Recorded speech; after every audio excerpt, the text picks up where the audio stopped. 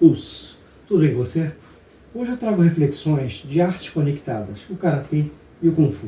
A estrutura do Karatê, obviamente, veio do Kung Fu. Hoje em dia falam aí de Maiboran, uma influência maior do que já se comentava do Jujutsu, e está exagerado isso, na minha opinião, na opinião de outros profissionais. Hoje eu trago a opinião, dentro de uma entrevista que foi feita com o Sifu Léo Imamura, assim como Akihito Yagi Sensei, do Goju-Ryu da Meibukan. Ambos colocam pensamentos que convergem, referente ao estudo do Bonkai e a realidade já dita por Sensei Sakai Ibuzuki, referente à ideia de que se leva uma vida inteira estudando os kata. O que eu quero dizer com isso? Eu quero dizer que está aberta a possibilidade, dentro do estudo do kata, de você entender cada vez melhor possibilidades. Há uma flexibilidade grande no estudo do kata. Isso durante um bom tempo não foi visto dessa forma, não é aceito por alguns. Alguns acham que vira bagunça, que dá margem para invenções, e assim caminha o universo do Karatê. Discussões, muita briga, o que é certo, o que é errado, e o certo é, a arte é maior do que a gente sempre pensou que já era, né? Sensei Akihito Yagi deixa claro na entrevista que muito do que existe em termos de Bunkai, e isso obviamente serve para o Shotokan-ryu, Shitoryu, Shorin-ryu e assim vai, né? Muito ficou no passado, em termos de explicações de aplicações. E muito podemos encontrar nesse caminho. Se caminharmos por esse caminho, que, como eu disse no início, converge com o que Sifu Léo Imamura fala das possibilidades, das aplicações variadas na arte marcial dele, né, que vindo do sul da China, tem parentescos com os sistemas do sul da China que influenciaram o Karatê-do. Haja vista Sanchin Dachi, Hangetsu Dachi, e assim vai. Alguns acham, inclusive, que Badachi, né, até mesmo os chutes altos, não vieram necessariamente da linha chinesa, mas pode ter vindo. Pode ter vindo por quê? Porque é possível que alguém do norte também da China possa ter ido lá, em Okinawa, ou alguém do sul da China tenha tido algum conhecimento do norte e levado. Até porque certa vez eu li que Yoshitaka Funakoshi, filho do Sensei Funakoshi, como ia várias vezes com o Sensei Funakoshi a Okinawa, ele teria feito estudos sobre técnicas mais antigas, mais largadas, né? E presença da gatinha. E o que aconteceu? Ele teria resgatado técnicas. Que técnicas são essas? Eu não encontrei nada especificado. Então, quando a gente fala de Karatê-do, a gente está trazendo estudo, opinião pessoal, opinião técnica, mas tem que ter sempre embasamento. Algum princípio tem que ter. Porque aí sim você não dá margem para que digam que você está inventando, criando coisas necessariamente apenas da sua cabeça. Portanto, é importante encarar o Karatê de uma forma aberta. Assim o pessoal do Kung Fu faz. A gente vê muito o pessoal do Judô e do Jiu-Jitsu transitando hoje em dia, um no dojo do outro, um na arte do outro, né? E isso é mais difícil no universo do Karatê-do, e quando ocorre no máximo o cara se permitir ou estudar Judô e Jiu-Jitsu, que é outro universo, outra área, ou mesmo ele se permite estudar o Goju-Ryu aqui no Rio de Janeiro, o Shorin, o Kobudo, que tudo bem, tem a ver e importa, né? Auxilia nessa caminhada, mas também vale ressaltar que se não tiver preconceito com a área chinesa, também lucra muito no entendimento, tá? Ao longo do tempo estudando essas possibilidades e conexões, a minha compreensão de Karatê evoluiu muito, na minha concepção. Isso não significa uma descaracterização, não significa uma coisa nova ou nada do tipo, mas sim que existe conexão entre o karatê japonês, obviamente com o karatê de Okinawa, e com o caminho chinês, ou os caminhos do sul da China principalmente. Então vale aí como mais provas, né, de que o estudo do Bunkai, né, o Mote Bunkai, Ura Bunkai, né, e assim vai. Tá tudo aí aberto. Tá? Tá tudo aí aberto, a gente pode estudar. E já dizia, como já falei outras vezes, Sakai Buzuki Sensei, que não existe apenas a definição de Bunkai que Sensei Masatoshi Nakayama deixou. Ele deixou uma grande colaboração, uma grande compreensão, mas não necessariamente fecha ali. O trabalho não fecha ali. Ele deixa claro que é uma vida de estudo, é uma vida de busca de entendimento do que pode mais. É como o Soto Ryoki. É uma defesa?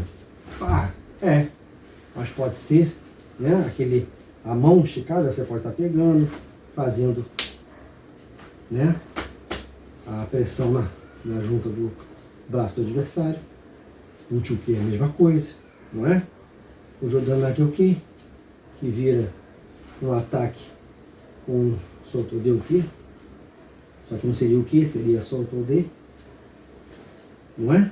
Então, as variações elas vão acontecendo.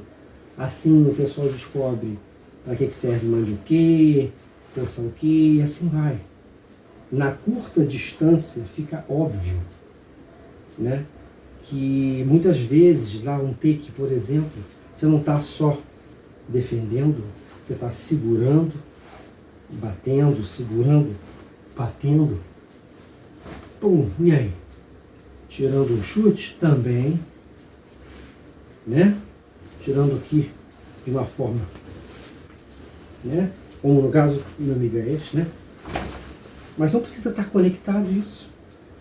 Isso pode ser para um momento, isso pode ser para outro. Esse é o detalhe de estudar o karatê. As pessoas acham que está tudo conectado passo a passo.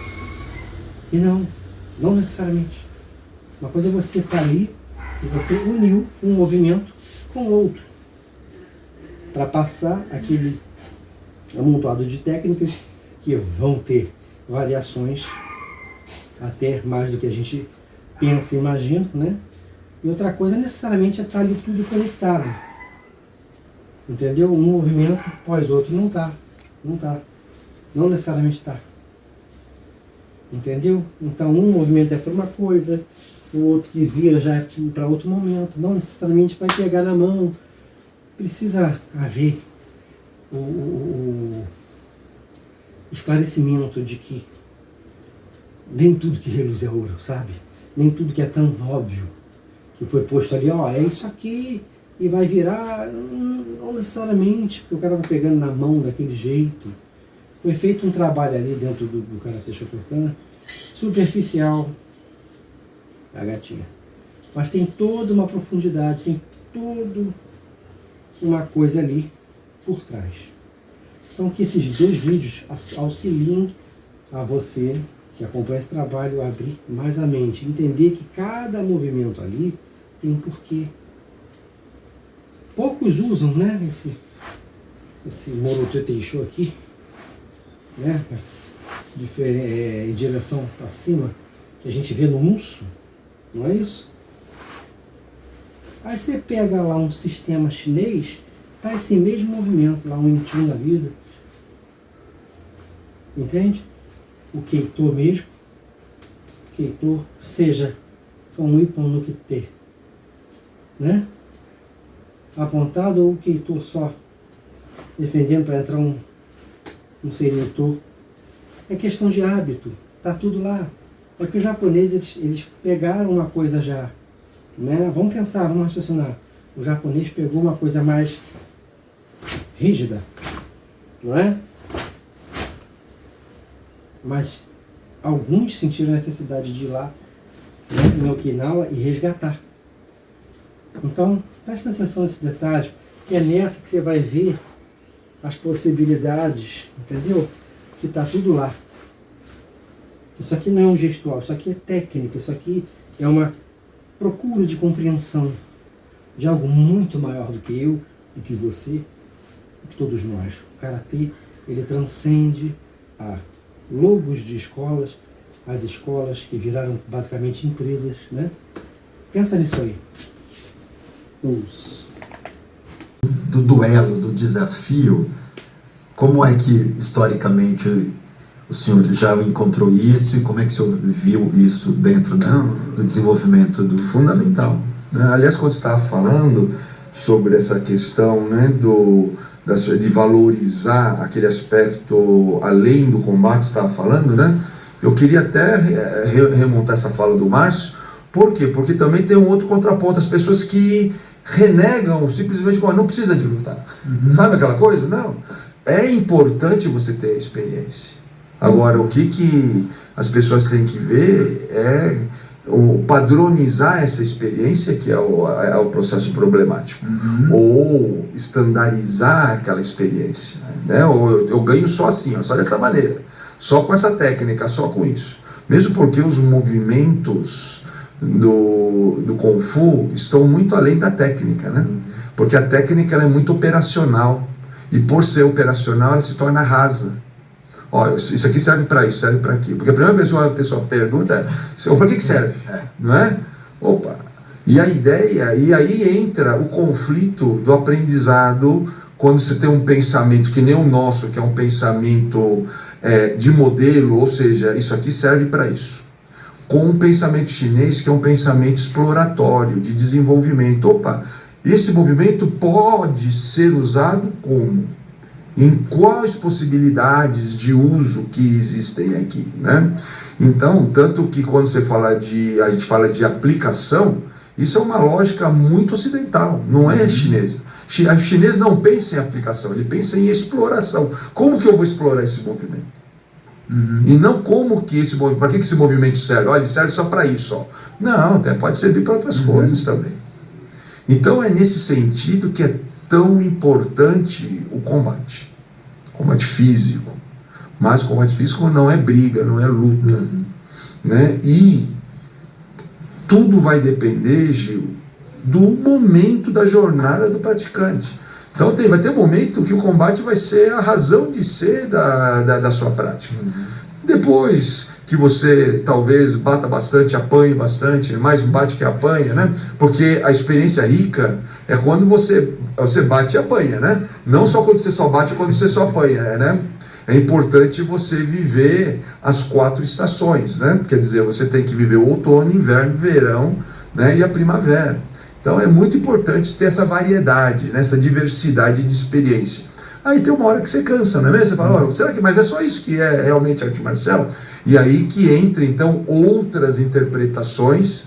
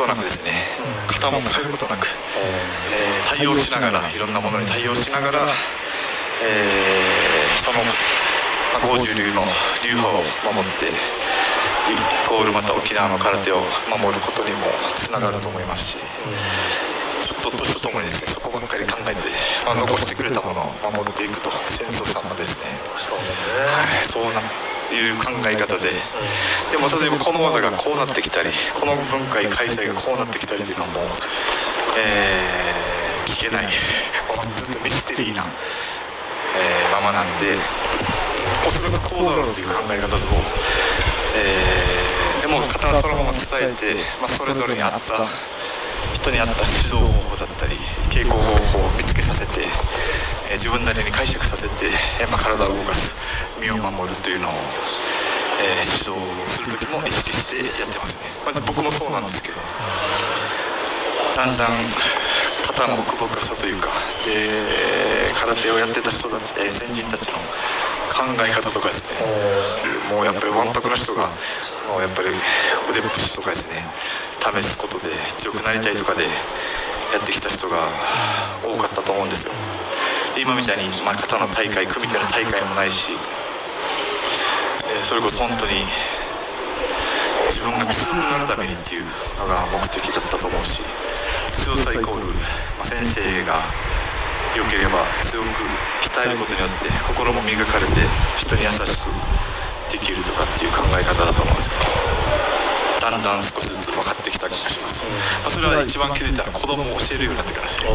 子供クラスがちょっとついてきてくれるようになって、僕も親になってからっていうのもあると思うんですけど、何を求めてるか違う人に対して、大会もないのに争うためじゃないのになんで付き合う気を稽古したり自分と向き合うとか何なのそれみたいなものを噛み砕いて飽きないようにはまらせるようにですね、自分と向き合う大事さとかをやっと指導して生きながら自分も考えきれるようになったのはやっぱり子供に教えるようちょっと熱がたくさん熱量が増えてからだと思います。大人はもう黙ってても自分で稽古してました。もっと欲しい、もっともっとというこのなぜとか理由とか、で頭で考えてから反応する人ととりあえず続けながら後でヒントで分かったっていうのを自分で探す方もいらっしゃるし、本当特別なものじゃないかもしれないですね。沖縄にとっての空手は文化で生活の一部にあった人たちで、ここまで、子供たちが増えたり、女性が増えたり年配の方が年取ってからいい健康のためとか運動のために始める人もいらっしゃいますし、こう考えたら特別なものではなくてそこに根付いた運動じゃないんですけどの中に、突き詰めたら深いものがあって奥深さがあって探求心が生まれてきた時にやっぱりドハマりしてもっともっとっていう向上していくっていうのは感じがしますね。ここ組上なんであれですよね、前孔子廟とか近いんで、孔子廟の明るかったら見えるんですけどもう100メートルぐらい、あっちの方なんですね。